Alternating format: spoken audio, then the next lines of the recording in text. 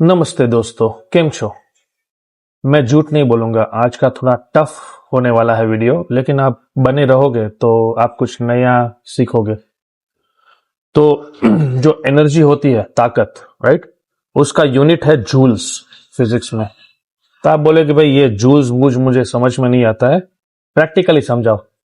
तो अगर एक इंसान एक कदम लेता है ना, तो जितनी ताकत लगती है ना, 250 जूल की ताकत लगती है। समझ गए? जब आप एक कदम लेते हो, 250 जूल की ताकत लगती है।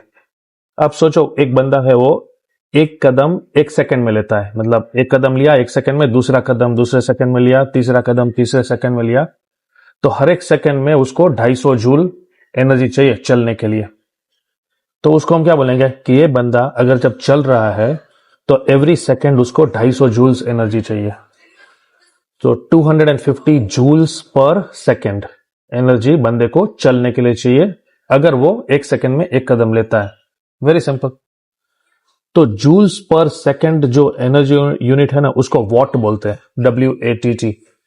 तो हम बोल सकते हैं कि ये बंदे को चलने के लिए 250 वॉट्स चाहिए, राइट। बार बार जूल्स पर सेकंड बोलने की जरूरत नहीं है, 250 वॉट्स। नाउ आपने बल्ब खरीदा होगा घर घर पे। आप दुकान वाले को क्या बोलते हो? मुझे 70 वॉट्स का बल्ब चाहिए, मुझे 100 वॉट्स का बल्ब चाहिए। तो 100 वॉट्स का मतलब क्या है? ये बल्ब एवरी सेकेंड 100 जूल्स पर सेकेंड उसको पावर चाहिए।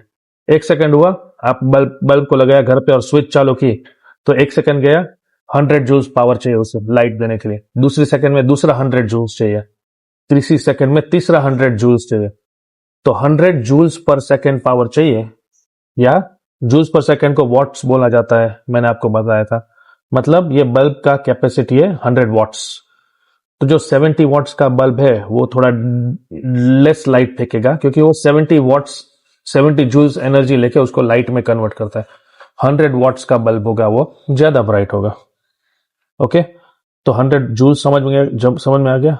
अभी हम थोड़ा फिजिक्स में 1000 जो वॉट्स होते हैं ना, जैसे 100 वॉट्स पर सेकेंड है, वैसे 1000 वॉट्स पर सेकेंड को हम बोलते हैं किलोवाट। सिंपल है ना।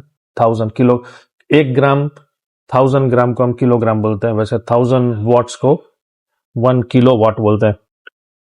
1000 किलोवाट को मेगावाट बोलते हैं। 1000 मेगावाट, 1000 किलोवाट ऐसे इकट्ठा किया तो 1 मेगावाट, और 1000 मेगावाट को इकट्ठा किया तो उसको 1 गीगावाट बोलते हैं।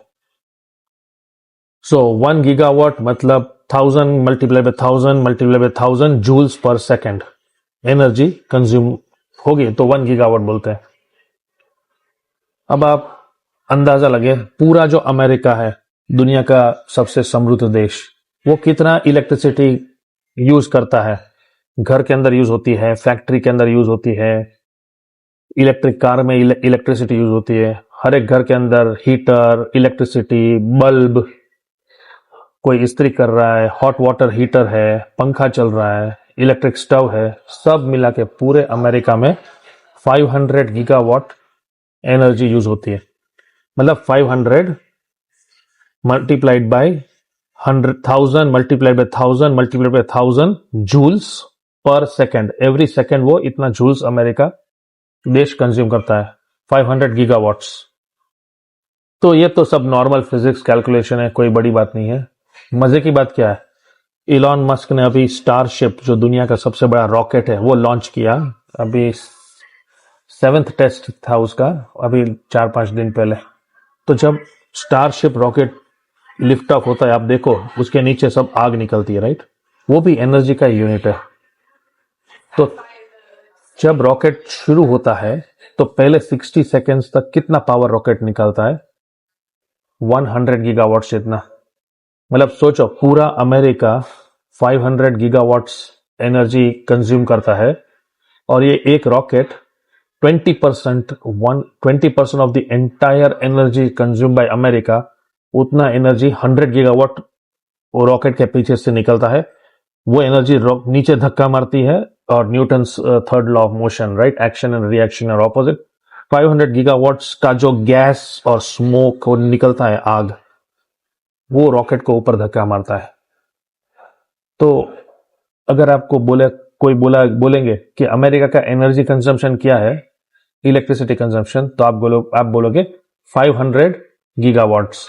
लेकिन वो 1 मिनट 60 सेकेंड्स जैसे शाम को 5 बजे से लेके 5:01 में जब स्टारशिप लॉन्च हो रही है, वो 1 मिनट के लिए पूरे अमेरिका का energy consumption is 600 gigawatts. 500 gigawatts पूरे देश का और 100 गीगावाट्स एक रॉकेट का। मतलब आप अंदाजा लगाइए कितना एनर्जी निकल रहा है, और वो एनर्जी को कंट्रोल करना है। एक एक मॉलिक्यूल एनर्जी का एक एक pressure is calculated by the engineers at SpaceX. Every flame is flowing exactly as designed by the engineers in a perpendicular way so that the rocket goes up.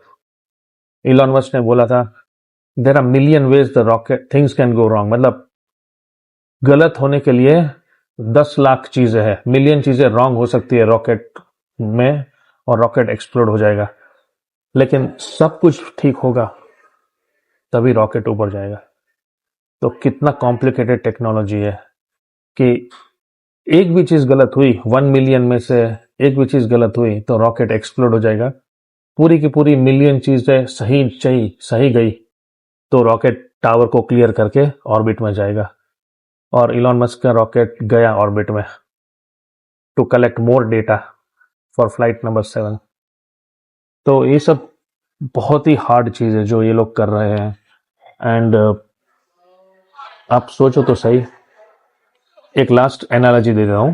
अगर America एक इंसान है और वो इंसान एक सेकंड में 10 गुलाब जामुन खा रहा है, राइट? एक सेकंड में 10 गुलाब जामुन, एक सेकंड में 10 गुलाब जामुन।